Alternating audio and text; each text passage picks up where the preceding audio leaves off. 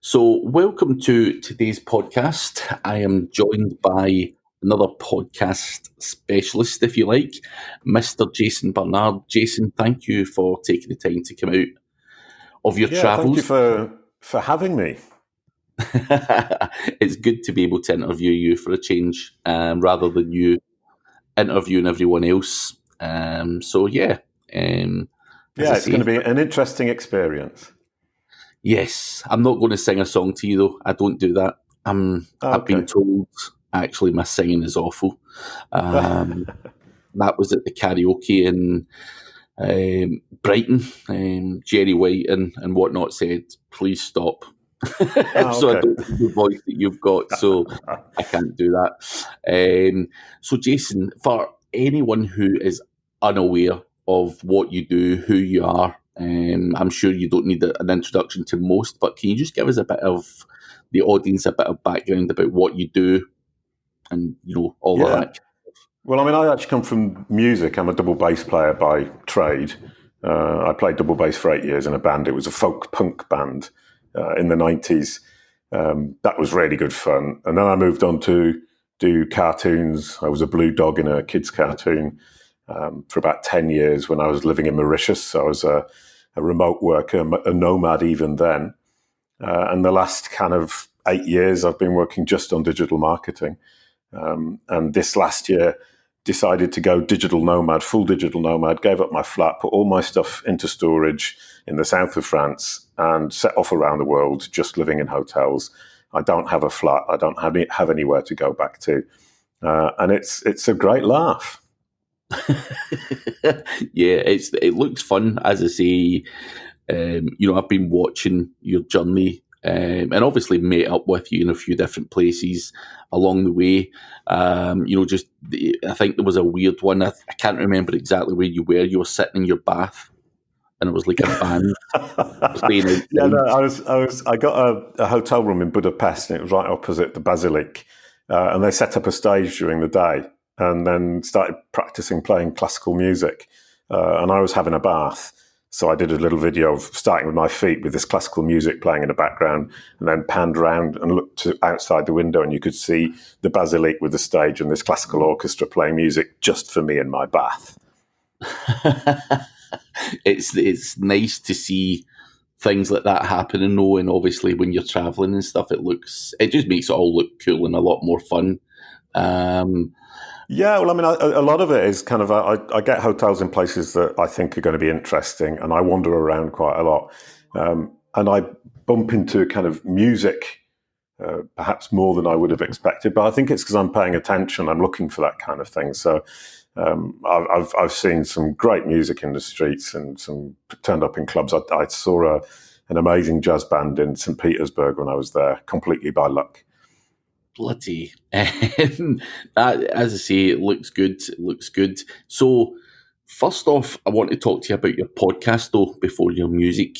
Okay. So, your podcast started in January this year, and that was your first ever podcast, am I right? Yeah, well, I've been doing the webinar series with Anton. You very kindly came on the first episode with Barry Schwartz and Andy Drinkwater to get it going. And we did 15 episodes, one a week, all about answer engine optimization, which Dawn Anderson calls assistive engine optimization. And then when that ended, I thought, what can I do next? SEMrush didn't want to do another series of webinars because it was already too much. So I just thought I'll record a podcast. And the nice thing about the podcast, well, several nice things about the podcast. One is I get to talk to really smart people like yourself and learn loads from them. The other is that it's a really good excuse for me to travel around the world and go to all these conferences.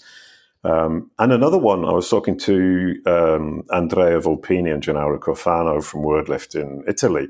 And there's a French word, which is fédéré, which I really like. It's like federation, but it's not, because fédéré is an idea that somebody or an organization has a group of people around them. It kind of brings things forward in a really, really positive manner. And with all these interviews, kind of you can see those connections being made and creating a conversation. And it's really, really, really, really interesting from my point of view that obviously the podcast is a small part of this entire industry coming together and sharing all that information, which is brilliant. I was talking to Bill Strowski on Twitter the other day. I mean, how much incredibly interesting information does he bring and share? And then Dawn Anderson and yourself, myself, Ross Tannendale, Gennaro and Andrea, all these people sharing information very generously and very kindly and in a very friendly manner. Yeah, I think the way you do it is done in a friendly manner. There's not too much structure to it. It's just a relaxed conversation about a subject that, you think will fit your podcast. So I think... Well, in fact, I asked the guest, what do they want to talk about? What do you get enthusiastic about? Because I get enthusiastic about pretty much anything if somebody else is kind of really into it. And as you say, it's unstructured. We start the conversation on a particular point and then it kind of wanders its way through the topic. And lots of really interesting ideas come up that neither person, I think, expects. So how many of these podcasts have you recorded? It's obviously October now. And I think when I last spoke to you or at some point, and I think it was actually like in the first half of this year, you had done around 60 plus at that point when I had a conversation with you. Where are you at now with it? Well, I slowed down a little bit in August because August is a slow month in general, and I was I'm recording an online course that I'm going to sell, which is all about brand SERPs, how to optimize your brand SERPs, how to make them sexy, positive, and reflect your brand message. So I kind of took it back and only did one episode a week. So now I'm at about 76, but I've got another 15 just waiting to be released now that I recorded at Brighton SEO. So I'm up to 90. Probably by next week I'll be up to 100. And I would expect by the end of the year to be 130 maybe. Amazing. So I take it you're going to these events and just bulk, finding everyone you can and or everyone that you would like to have on and just grabbing them all at like Brighton SEO or wherever in the world you meet. Yeah, I mean, I arrange a lot of them beforehand, but even the ones I arrange beforehand, if I arrange 5, I only manage to find 2 or 3 people. So I've learned that you just grab who's ready whenever they're ready, who wants to have a chat. And as you said earlier on, it really is recording a conversation between 2 people, one of whom is incredibly enthusiastic about a very specific topic and knows loads about that topic, and the other one, which is me, who's incredibly interested to learn about it. And it's a really nice format also because we're face to face. I do all my podcasts actually sitting opposite somebody, and that gives it a really nice vibe because it makes it much more friendly, much more like a conversation from my point of view. So yeah, and in Brighton, in fact, I did quite a lot because I was doing the live feed for Authoritas. They do a live feed of the main stage, and then during the breaks. We were recording people like Greg Gifford, for example, on YouTube, on the YouTube live stream, and that was a really good laugh. It's I think when you couple it in with things like that, then it's a good laugh. And obviously, you're saying you're hosting the Authoritas live stream. I know that we met in Tel Aviv and. I think I'm not even sure you were supposed. Were you supposed to be? Yeah, you were supposed to be on the panel, but you ended up having to take over the stage when the equipment failed and stuff like that. So I think even when you're doing all this traveling and stuff, you're getting yourself in the right places. Do you see an impact? From traveling and getting that exposure. Is that working out well for you? Well, the major impact is how much I've learned.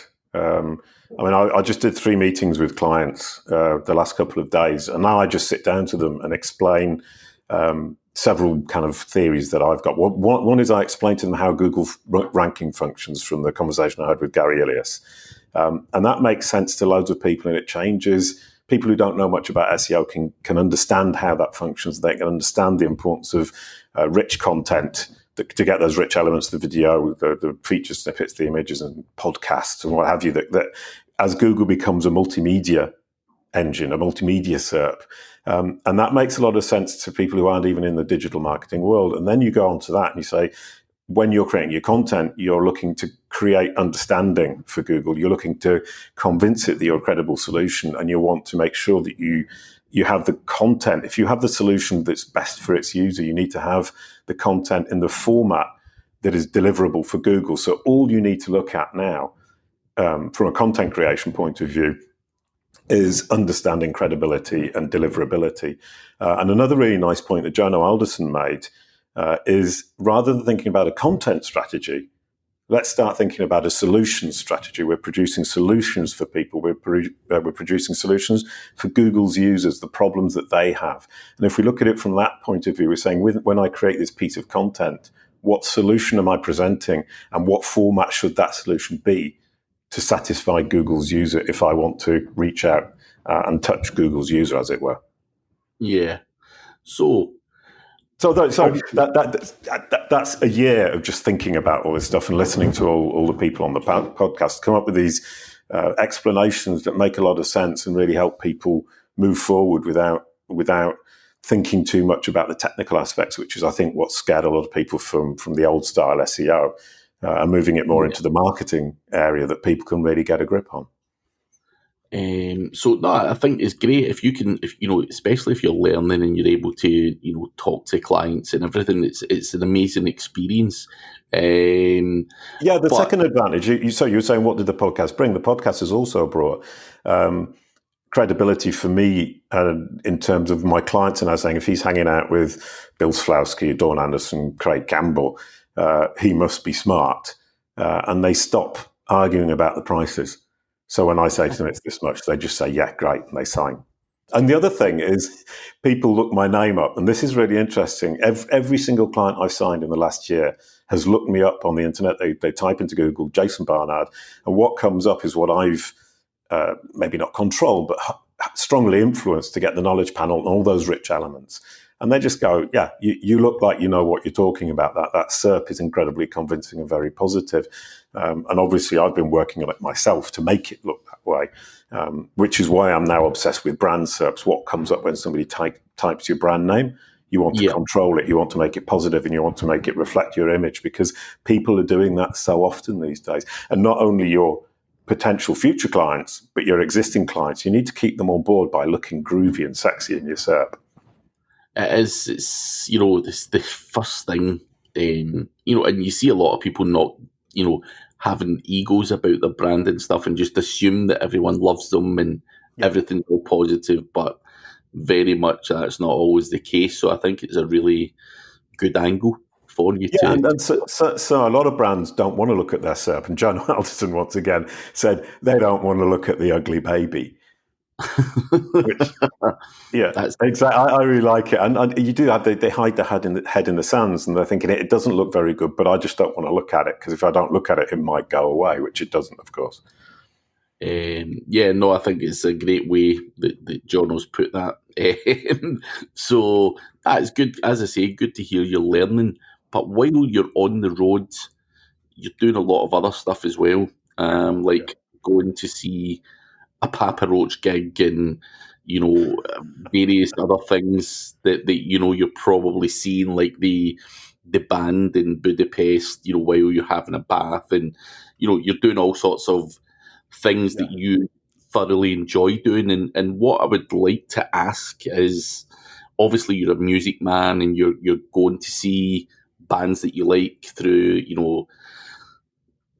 just where you are, and you're checking all that stuff out. How does that, being able to do what you really enjoy, on top of traveling and bettering yourself and getting knowledge, how does that make you work better? Is it making you more efficient, being able to have that freedom? What's it like? Well, yeah, I like the word helping me being more efficient. I mean, because I've kept my clients and I'm still working for them as I kind of trot around the world, I have to be more efficient. I wouldn't get away with it otherwise. So I've been figuring out ways to be more efficient so that I can travel.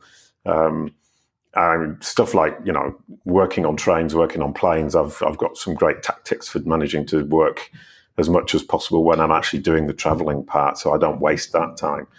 And the other thing, obviously, being on the road, I can organise my own time. So if I want to go to a gig on the Saturday evening, then I might work the Sunday.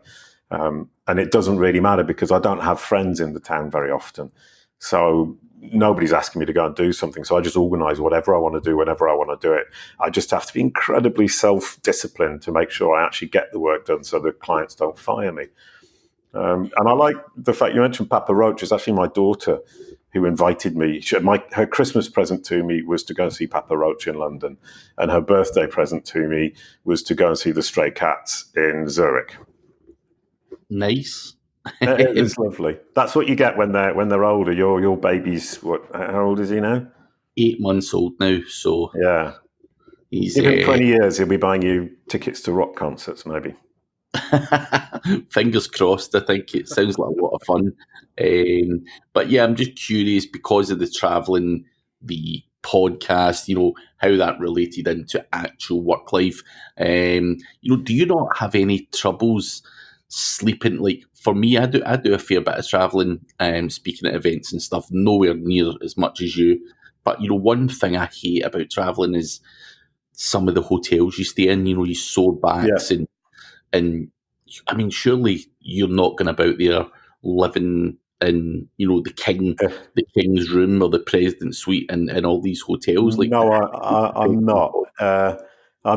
Sometimes I get really, really bad hotels. Sometimes I get really nice hotels. The one in Budapest had a wonderful view, and it was a lovely big room with a 4-poster bed. I mean, it was a really good laugh. And then I was staying in a hostel another time, with cockroaches coming out of the bathroom. But if I come back to the time when I was a folk punk musician playing the double bass, traveling around Europe, we would get anything from the world's worst hotel with a double bed for 2 people because they just thought 2 people, double bed. So I'd be sharing a bed with the drummer, and those really awful mattresses that kind of sag in the middle, so you kept rolling together. Or you get somebody who said, we don't have any money for the hotel, so they'll have you sleep on their floor or a friend's floor. And I got very used to just saying, make do amend, as we say in English. Take what's there and do what you can with it. I also had another thing is I learned very quickly carrying a towel around when you're sleeping on people's floors, when the places don't have towels, which was often the case when we were touring. If you have a wet towel and you put it in your bag, it ends up stinking and everything goes horrible. So I used to wear a T-shirt a day, and at the end of the day, I would sleep in the T-shirt, wake up in the morning, have a shower, and dry myself with the T-shirt. And that was my way of dealing with the fact we didn't have towels. I'm sure you're not quite as bad as that now, surely, on the travels. No, I'm not. No. Please be reassured. But I still, when there isn't a towel, that's still what I do. Yeah, fair enough. I think I've had to dry myself with a few T-shirts in the past because I forgot towels or whatever. It's never fun, but it's something to look back and laugh at. Yeah. No, and the major problems, in fact, for me, I mean, so far I'm very proud of myself because I've only lost two things, and that's 2 jumpers. And I think that's pretty good going for kind of 8 months on the road. I've managed to not lose anything. I keep losing my glasses and then I find them again. So that doesn't count. The problem is actually doing the washing your clothes. Yeah. I turned up in a hotel the other day and I didn't have any clean clothes. And I used all the shampoo in the hotel, in my room, to clean my clothes. And I was kind of thinking, these people are going to see me, I'm completely bald. And they'll come in and they'll see I've used all the shampoo. And they're going to go, what? It's you've got to do what you've got to do. Improvise. Exactly. Well, in French, we call that system D, which is the same thing as make, do, amend. It's, do with what you've got and don't moan about it. So you've been doing this for 8 months or 9 months, getting into 9 months now. After this year, does it stop? I don't know. I've set myself up for a year. I said to myself, I'm going to do this for a year, and part of it is to because I was married, I had a kid, and I was living in a village in the south of France, and looking at it and thinking, why am I here? Why do I need to be here? And the answer is nobody needs me to be there. I could be anywhere, and it wouldn't matter. And that's the point at which I thought I'll just pack everything away, go away for a year, and see what happens. And it really was. I mean, when you met me in Tel Aviv, you were saying you keep turning up at these events. How are you making money? And the answer is I'm working for clients. And you very rightly said maybe you should find a business model that actually manages to fit in this fact that you're traveling around the world. And that's right, exactly what I'm doing. By the end of the year, I'll have done that with this brand CERP course that I will then promote by traveling the world and going to conferences. Not sure if I'm going to get a flat again. I'll have a good think about that in January. When I was talking to my daughter about it, and she's terribly, terribly wise, and just said, you don't have to think about it till January, so don't think about it until January. So I'm not. Yeah, I think it's amazing that you've done the whole family thing, and you've got a daughter there, and you've grown up, and you've now got this freedom to. You're in a fortunate position there where you don't have to think about it. And, until then, and, who's going to stop you? No real ties. But I was curious to know if you would keep it going for another year, another 6 months, or, maybe that might be your life, full stop. I see guys like Stuart Rogers and stuff, who just doesn't have a house, full stop. That's it. Travels, sleeps in couches, and does actually really live the nomadic lifestyle. Well, I mean, I'm like him in the sense that I don't have a house or a flat or anything, but I'm not like him in the sense that I've only been doing it for 9 months and he's been doing it for 10 years or whatever it is. I mean, right now, if you would say to me, get a house now and settle down and stop traveling, I would say no. I'm going to get to the end of the year, and in January I'll think about it. I mean, in January nothing much happens in the conference world, so I'll probably be kind of settled somewhere for a few weeks. Then it all gets going again in February. I'll be doing Search Why. If you remember that from last year, it was in Disneyland. This year it's in Bercy, which is pretty cool as well. That's going to be a great event. They're going to have trips on the River Seine and big parties, and so it's going to be another groovy event. And then SEO Camp that you came to in Paris as well. So it's going to get going again then, and I think by the time January I'll think about it, and February I'll make a decision as to what I'm going to do. I mean, who knows? I might fall in love and want to get married again. That's it. You just need to find a woman cool enough to do that. Well, that's been the incredibly interesting thing this year. I met Kate Toon, who's from Australia, or lives in Australia, when I was at YostCon. And she said, why don't you come to Australia? And I said, why don't I? And so I went to Australia like 3 weeks later. And that just kind of doing things because they seem interesting or a bit different, or I'm doing things on the spur of the moment for no particularly good reason is a really, really, really liberating thing to do. So, I mean, I'm kind of taking what's coming and just going with the flow. So who knows? Yeah, I was actually going to ask you about how you actually decided to go from, say, you're potentially going to be going to Holland at the weekend or later this week or whenever it is, and then you've got Vegas. I was just going to ask you, how are you planning this stuff out? Is it completely just random conversations and someone say, like Kate Toon says, come to Australia and bang, you just go, right, I'm coming. Or is there a bit more to it? No, 100%. As you said, my plan is I have no plan. I mean, for Holland, it was because Arnold Hellerman said, you have to come. All right then. I'm off to Prague for the SEMrush meetup because the people at SEMrush saying, you have to come, it'll be a really good laugh. PubCon, it's because they invited me to speak. I'm going to Ungag because I met Damien at the European Search Awards, and I was a bit drunk, and I said, I really want to come to Ungagged. I want to bring my little bass, and I want to play a little gig, and I want to bring the podcast. It'd be great. And he said, okay. And then I started organising the rest of stuff, and I kind of thought he wasn't really that interested.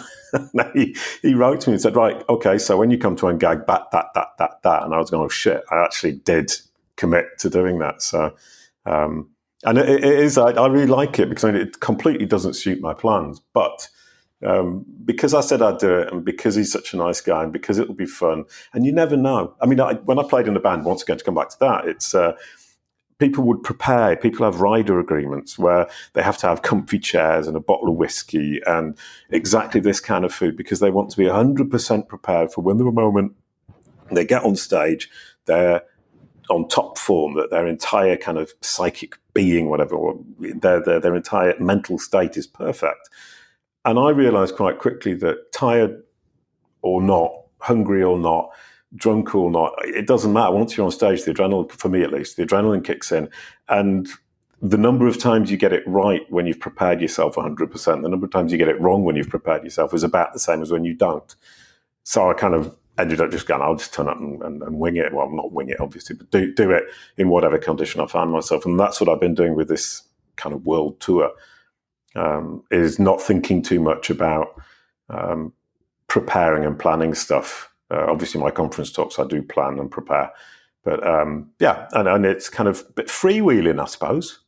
Yeah, I think, as I say, it's a remarkable thing to do, and as I say, not many people are going to get that opportunity to literally do it properly like you are. You know, you've always got the wife or the kids at home, or for most people, obviously your daughter's all grown up and all that stuff. So there is no major distractions from that point. So, and I think it's amazing. I love the word opportunity. I think that, sorry, you just nailed it. I interrupted you, but you say opportunity. Yeah, that really hit home to me as you said it.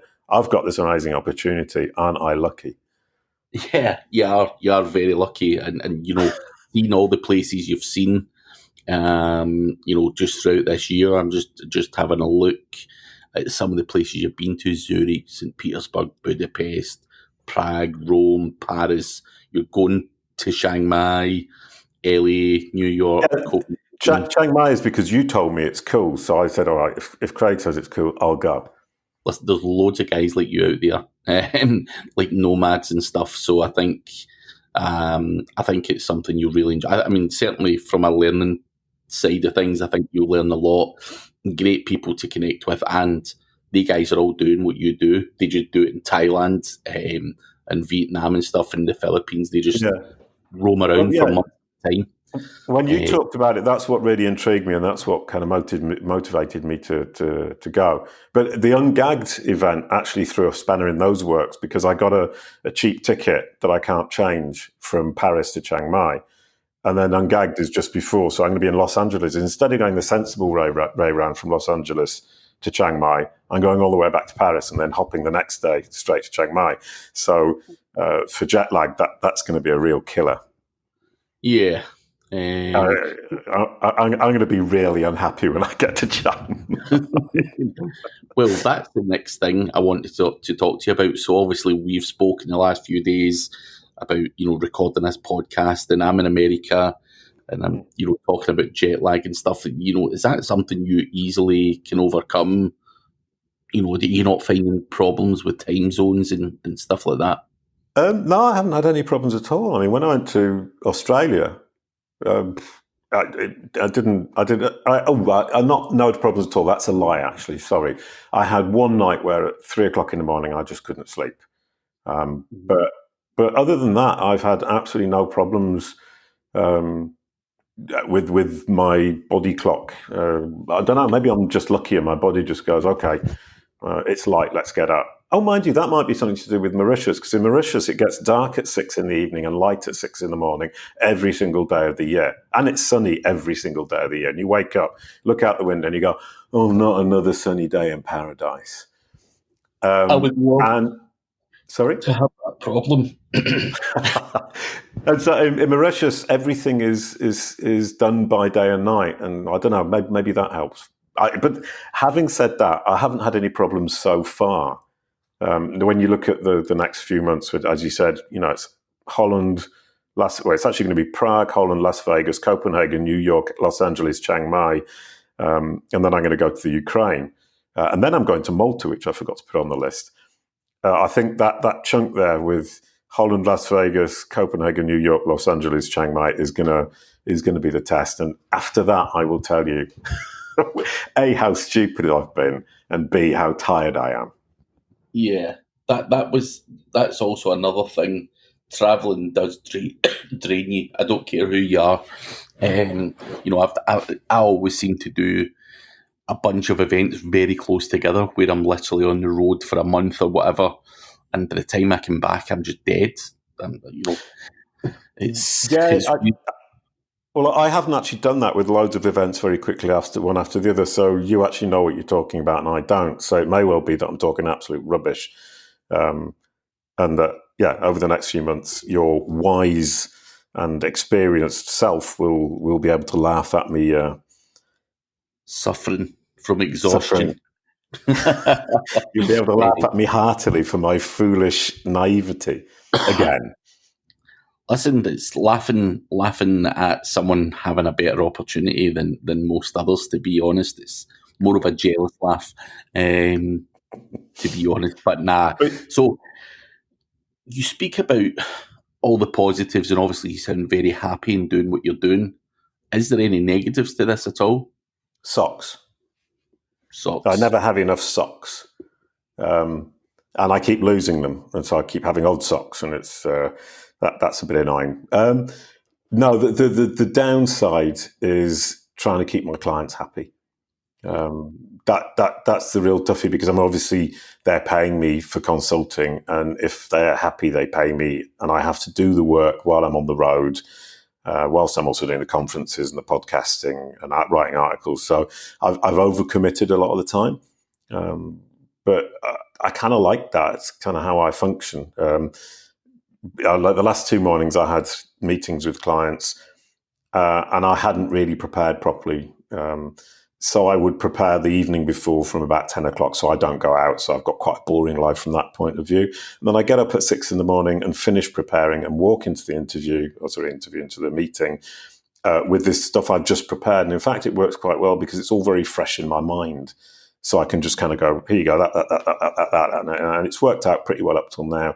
And like with the jet lag, one day I'm going to get caught out and I'll trip up, and then I'll go, okay, this isn't working anymore, and have to change plans.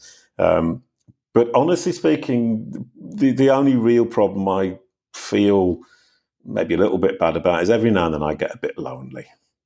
Mm-hmm. But not too often. But the loneliness, every now and then you kind of think, I'm all on my own. And even though you've got friends, and you've got family, and you've got people who care about you, you're kind of sitting there on your own in your hotel room looking out the window going, with this deep kind of cartoony sigh going on. Yeah, I know. I think I would imagine it to be, I've got lots of people back home who say to me, you're living this crazy life, and speaking at events over the last few years, and there is a lonely element to it when you're in a country where you don't know anyone, and staying in a hotel that's not that comfortable, and the food's crap, and maybe it gets a bit. I can imagine. I totally get that. It can be a lonely thing. It would be amazing if you could travel with your friend or partner, or whatever. But obviously, yeah, I saw you with your wife and your baby boy at Brighton, and that was a moment when I thought, kind of thinking, having somebody I love along with me, my girlfriend, if I had one. But that idea of kind of sharing it with somebody. Simon Cox was saying he loves kind of hanging out with his wife because she shares the experience and the events with him. And so I saw both you and Simon and sighed deeply on my own in my hotel room afterwards. It's a great way for us to travel the world. That's the way I look at it while the baby's young. And I think it was Gareth Hoyle that actually said to me, take full advantage, because by the time he has to go to school when he's 4 or 5, it becomes a problem taking him out of school and all of that stuff. So the plan is obviously to fully enjoy it. And he didn't come to France. He didn't have his passport at the time I was in France, but he's been to Israel, Portugal. He's been to 8 different countries now, and he's only 8 months old. So it's great for him to, just do that stuff and he travels no problem at all. It's really weird. But Well, I was trying to calculate. If he's done 8 in 8 months, by the time he's 18, he's going to be at like 400. not There more up aren't 400 countries, so he's pooped, isn't he? Yeah, he's not doing that until he's 18. I think for me, I've done a lot of talking in the last few years, and I think I'm going to cut it back a bit going forward. I've spoke at a lot of places and seen a lot of the world, but I'm probably going to be more selective in where I go now. Because I think Gareth Hall makes a really good point. When he's young, travel, but then you're going to be forced to be more selective afterwards. Yeah, I think, but physically and stuff, you can't do this for year on year. You see people like Dawn Anderson and stuff who used to do a lot more talking than she currently does, and then ended up with a severe dose of laryngitis or whatever it was she had, and it's probably a lot of that's down to just exhaustion, trying to do work, travel, make decks.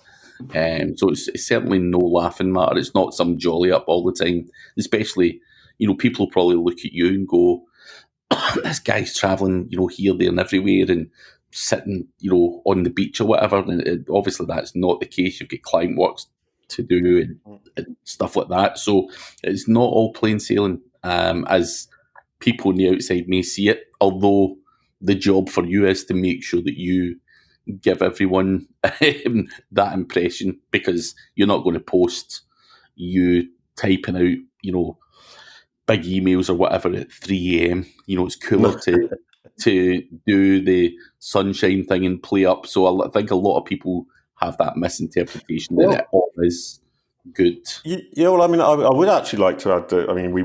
You were saying, are there any negative sides? And I just said, sometimes a bit of loneliness and socks. But when I'm posting it, I really do. I'm posting an honest view of my time.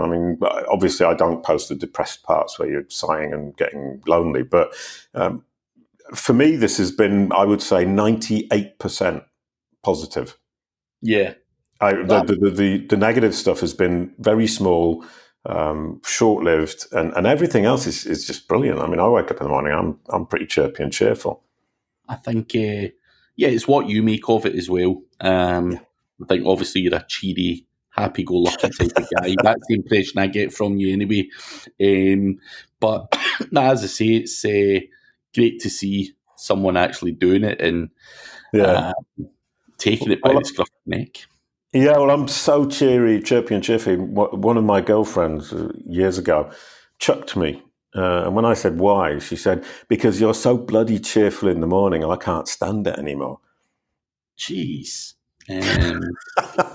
Well, I can relate to it when I look at myself. You kind of think about it. You're going, it must be really annoying if you're kind of tired, or you're waking up, or you're somebody who wakes up quite slowly. Having somebody who's bouncing around like Tigger from Winnie the Pooh, getting really excited about what's going to happen next. It must be fairly difficult to deal with.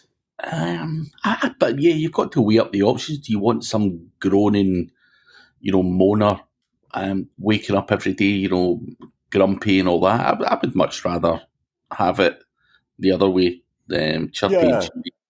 But well, I agree with you, and I think she should have stuck with me. But oh well, can't win them all. Maybe it was a double bass. Maybe it was the singing. Maybe it wasn't the chirpy and cheeriness. Maybe she was just jealous of my double bass because I used to hug it and dance with it so much, and she got jealous. That could be it. Or it could be the fact that you wash your clothes in shampoo and. That's a secret I never should have let out. Yeah, you're going to get ripped for that for a while now. I'm going to make sure that all the usual suspects who enjoy trolling are going to fully hear exactly what you said. I'll make sure I tag them all in it. But yeah, as I say, the bald man who uses more shampoo than John Lennon in his worst hippie days. I was going to say something else there. Right said Fred, not John Lennon, but I said that to you once on a comment. It was too good an opportunity. Someone was talking about singing, and I said, "Right said Fred," and you're like, You rotter.